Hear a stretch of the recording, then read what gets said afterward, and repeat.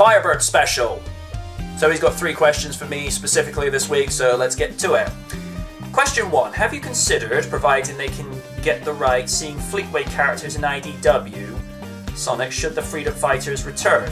Like, see characters from 2 comics interact with each other. Not all, pretty much the main cast from STC. I do not have a problem with that. I don't see it as being an issue because IDW are doing so well with comic books at the moment, having Transformers, Turtles, Ghostbusters, My Little Pony, and obviously Sonic now, so their portfolio is uber impressive at the moment. I do want to see the Freedom Fighters return in IDW Sonic, and even Aaron Weber has said on his Twitter, you know, we're happy to announce Sonic coming over to IDW with hopefully some familiar faces returning. That's probably a nod to characters like Sally being in there, which I hope she is as well. And I know there's been a bit of confusion because people seem to think that Sally Acorn is a specifically registered character with Archie's. I have to point out something, and this is quite a few things that people overlook. Sally appears by name in the Fleetway comic that has nothing to do with Archie's, because Sonic Fleetway is not connected with Archie's in any shape, form or fashion.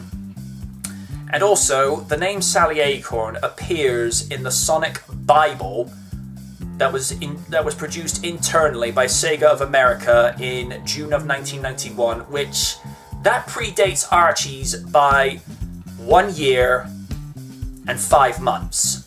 So to suggest that Sally is property of Archie's is kind of misinformed and a little bit asinine, because if she has appeared by name through Sega long before Archie's was even a thing, that says to me she's Sega's property.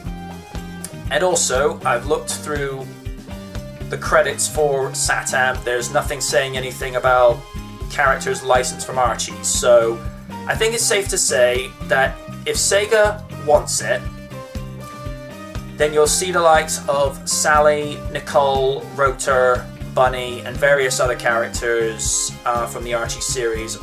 Unfortunately, not ones tied with that guy who caused the whole stinking mess of why the comic had to be rebooted. And I say that guy because I'm not going to give this man any time, credibility, or credence because he does not deserve any of it. And furthermore, if he's watching this, screw you for what you did. And that's all you're going to get from me with regards to that. You deserve all the hate you're getting. But yeah, I'd love to see the STC characters interact, particularly Techno the Canary. I like the way Amy Rose is represented in Fleetway because they toned her stalker antics with Sonic right down. And that's the Amy Rose that I respect, because the Amy Rose that they've had in the games and Archie's to a point when I have been reading it, you know, there's a reason why a lot of us gravitate to the Sonic and Sally pairing, is because Sally doesn't throw herself at him. She makes him earn her affections and respect and time. And this is a thing in IRL. If you get somebody practically stalking you and, you know, a girl throwing themselves at you, it's like, stop that. That's creepy. Don't do that. It's like, we will have to get restraining orders and the cops involved, and then that's just going to get more messy. You'll end up having a Charlie Harper and Rose situation from 2.5 Men, where, you know, she's like, gets the window, sleep well, my friend. It's like, stop that. No. So yeah, got no problem with a crossover like that. So yeah, that'll be awesome. Question 2, still on Freedom Fighters again. If the Freedom Fighters do not return, no, we want them to return. Do you think IDW should do what Marvel and DC does with their license by giving the Freedom Fighters their own spin-off series where a crossover with Sonic being up to IDW and Sega? That is my proposition, but want to hear your thoughts.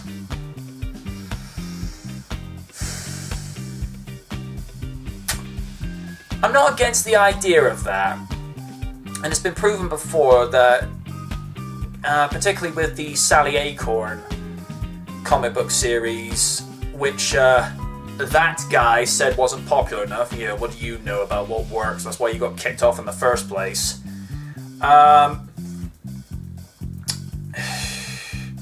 I wouldn't be against the idea of seeing that done, but I'd be more interested in seeing Sally's own spin-off series being resurrected, because there is so much potential of what you can do with that character. Because in all honesty, I think she's more popular than Sonic. Some may argue and disagree with that. But hey, you have your opinion, I have mine. Deal with it. I'm not against the idea. You know, if they were to give me a concept of what they could do with it and what sort of premise they would go for, I'd be happy to listen. So yeah, I'm totally for the idea of that. And question 3, oh, we're talking about that guy again. Time to bring it back one more time. Does Ken Penders deserve the Michael Punch? Do I really need to answer that? And just a little thing. The Michael Punch is a bit of a gag that Random came up with back in the day when he tried to do his like own sort of YouTube poop of Knight Rider, where Michael would solve things. Because Michael always had this way, he would just do this one particular punch on the antagonist of the week, and it was just that one punch that would knock somebody out cold, and it kind of got dubbed the Michael Punch.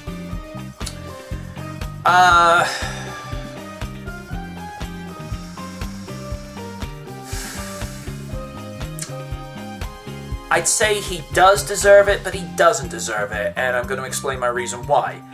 Hell yeah, he deserves it for what he did to the comic and taking a bunch of characters with him, but at the same time, no, because he's not worth it.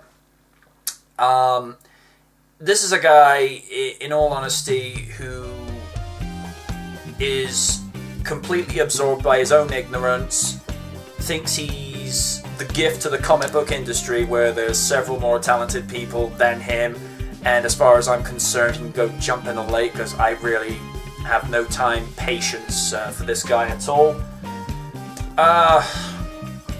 It's a yes and no answer. Yes, he does deserve it, but at the same time, I don't want to waste...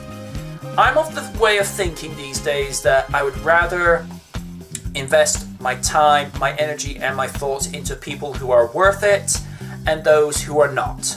That's why I don't give haters the time of day, you know.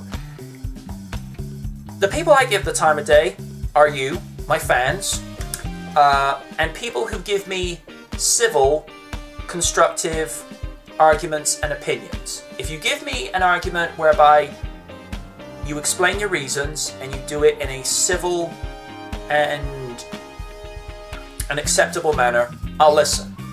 I might not agree with it, I'll listen. But if you're just going to be like straight up hating, then it's like, go away, I got no time. Haters gonna hate, and I'm just gonna ignore them. Simple as that. Those have been your 3 questions this week. You know how the shtick works by now. Leave a question in the comment section below with the hashtag AskTheKnight, and do it on dynamicnight.com, any of my social media outlets, or, you know, in the comment section on VidMe or YouTube, or even on River City Gamers. How you doing, guys?